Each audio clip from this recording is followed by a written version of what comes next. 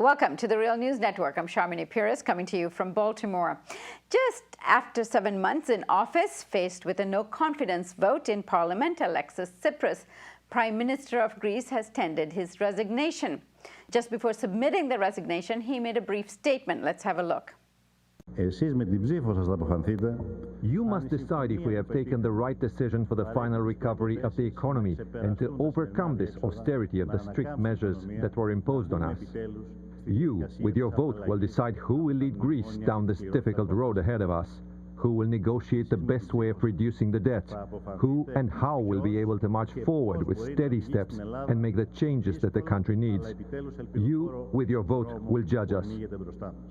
A new general election will be held on September 20th. An election at this time is an attempt to demonstrate that Alexis Tsipras has the popular support to move forward with the latest debt bailout package from the Troika, in spite of the dissent he's receiving from the Syriza left wing of Syriza called the Left Platform. Now joining me to discuss all of this from Greece is Dimitri Lascaris. Dimitri is a lawyer with the Canadian law firm Siskins, and he's a board member of the Real News Network. Thank you so much for joining us, Dimitri. Thank you, Sharmini. Dimitri, so give me your thoughts on the resignation. Well, as you'll recall, he terminated a marathon negotiation in Brussels on July 13th. During which he essentially abandoned his anti-austerity platform and agreed to implement austerity measures that were harsher than anything Greece had endured thus far. Subsequent to that time, there were 2 votes in the Greek parliament which happened on a highly expedited basis. Each one included significant parts of the bailout program and was being implemented through massive legislation that was debated, if you can call it a debate, in a very short period of time. In the first parliamentary vote, which happened a few days after the July 13th agreement in principle, and you and I were in Greece at the time, precipitated a very significant revolt amongst the Syriza left platform. And then the subsequent parliamentary vote, which implemented a further portion of this bailout agreement, is precipitated an even larger rebellion by the left platform.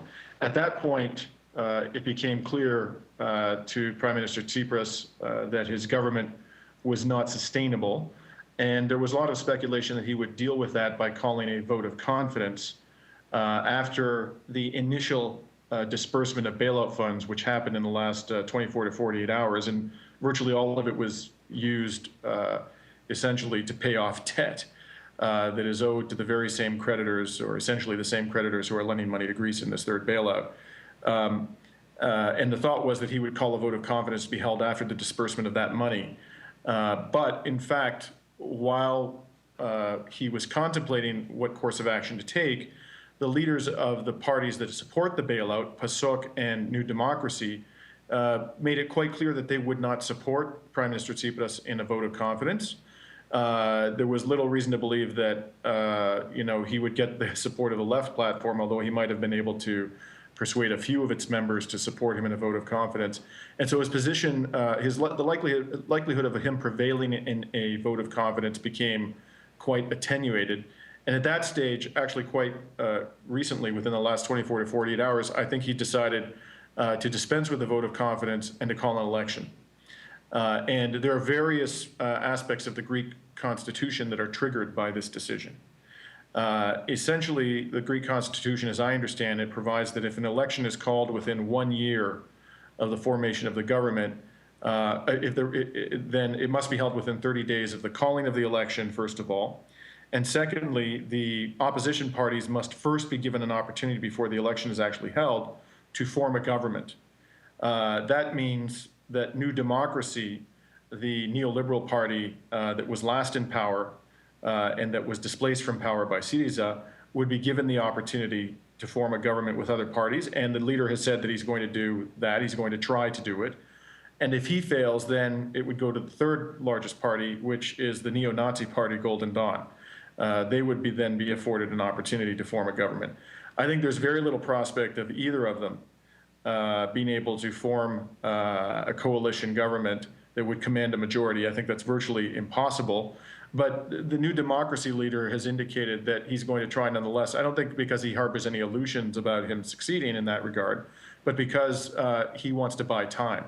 I think he wants to delay the election because speed favors the government, the incumbents in these particular circumstances, for reasons And when I'll get you back say to later. attempt to form a government, it's basically to seek a majority, which means they had to fill a few more seats to form out the government? They have to form a coalition that commands a majority in parliament. And they can't do that. The arithmetic just doesn't make that realistically possible for any of the opposition parties. You know, even, I mean, first of all, there's no prospect of the left platform entering into a coalition government with either New Democracy or Golden Dawn. So therefore, you know, and certainly Syriza won't do that, nor will its coalition partner, ANEL, so they just can't command a majority. They can't put together a coalition that would command a majority. So this is going to fail. But nonetheless, it's a formality that must be complied with under the Constitution. In the interim, a new government must be put in place, a caretaker government until the election is held. And under the Greek Constitution, the prime minister of that government must be the president of the Greek Supreme Court, a 65-year-old jurist by the name of Vasiliki Thanu, and she is a vocal opponent of the bailout. So it's unlikely that any significant progress would be made in the implementation of this bailout until there is an election. So that's kind of the constitutional lay of the land.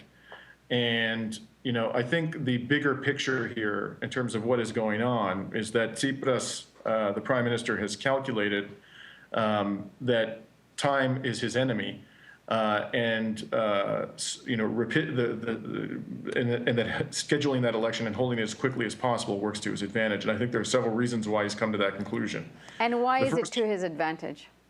Right. So the first, and the most widely cited reason in the press today, I think there's got to be some truth to this, is that the full effects of this harshest round of austerity, in fact, have far from been felt by the population.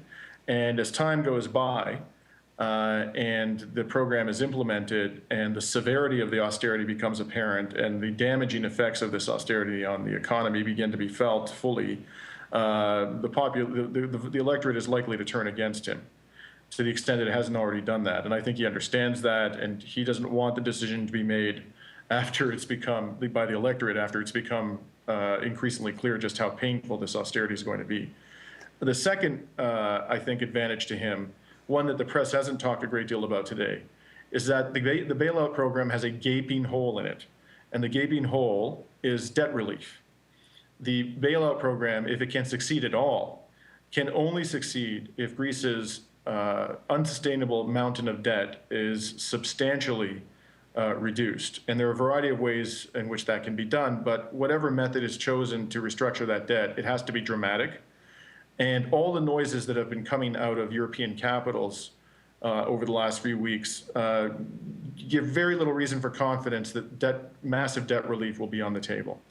And the timing of this debt relief negotiation, by the way, is as follows. Under the bailout agreement in October, there has to be an assessment made by the Troika about whether or not Greece is in compliance with the bailout. And if it is deemed to be in compliance, then a negotiation will take place over debt relief. So that would not happen until after October. And if, in fact, as I imagine is going to occur, there's going to be nothing more than cosmetic debt relief put on the table, and the populace becomes aware, they come to understand that the Troika is not, despite all the sacrifices that the Greek people have made, going to substantially, dramatically restructure the debt, they're much less likely to support the bailout. So I think his decision to schedule the election in September likely is being influenced by his concern that an inadequate debt relief accord will work to his detriment in an election. And the final factor that works in his favor, if the election is held quickly, is that the anti-bailout parties have been talking about forming a movement, that's the word they used, if they're going to contest this election, they're going to have to unite and do it seriously. They're going to have to unite the anti-bailout parties of the left. And, you know, I've been in contact with someone who's well-placed within one of the anti-bailout parties of the left.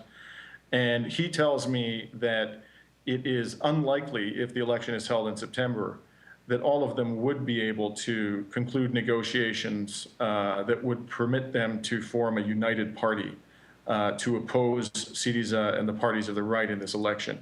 And so I think Tsipras understands that. He doesn't want to give them time to organize. He doesn't want to give them time to become a united force.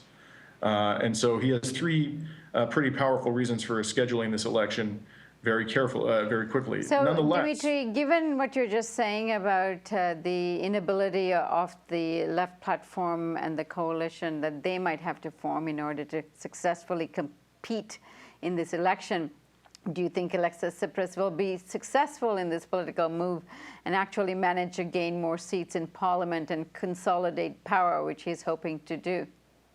I think that's very difficult to predict at this stage. I think you know, his chances increase. His chances of succeeding in that regard will increase the faster the election is held. But that doesn't mean he isn't going to be confronted by stiff opposition. There is apparently a meeting going on in Athens tonight amongst the members of the left platform to decide whether to formally cede from the party and start their own political organization to oppose Syriza in this election, what remains of Syriza. And the rumor mill has it that Panagiotis Lafazanis, the leader of the left platform and the former energy minister who has vociferously opposed the bailout, will emerge as the leader. And that Zoe Konstantopoulou, the highly regarded president of the parliament, Greek parliament, who's been a thorn in the side of Alexis Tsipras ever since he came to that agreement in Brussels on July 13th, that she will join this party. So even if the left platform does not succeed within the very little time available to it to form a united party of the left, in and of itself, it could prove to be a formidable force in this election because, of course, 60+% of the population voted down an austerity package on July 5th that was less severe than the one to which the government ultimately acceded. There is a lot of discontent within the electorate, and if some credible party of the left can emerge with a plan to take Greece out of the Eurozone that the population finds acceptable, and that from the population's perspective gives rise to manageable risks, then you could see Syriza lose this election. So I think it's very difficult at this stage to predict how it's going to go. And if you look at the way the market's reacting, the stock market went down quite significantly in Greece today. A rating agency came out and said it's going to have to reassess the credit profile of Greece because the bailout is now at risk. You know, a lot of observers in the economic profession are saying that the possibility of Brexit is back on the table. No one, I think, can say with a high level of confidence how all of this will play out, and it would not at all surprise me to see Alexis Tsipras displaced from power on September 20th when this election is going to be held, apparently. And we'll be watching. Dimitri, I thank you so much for joining us today.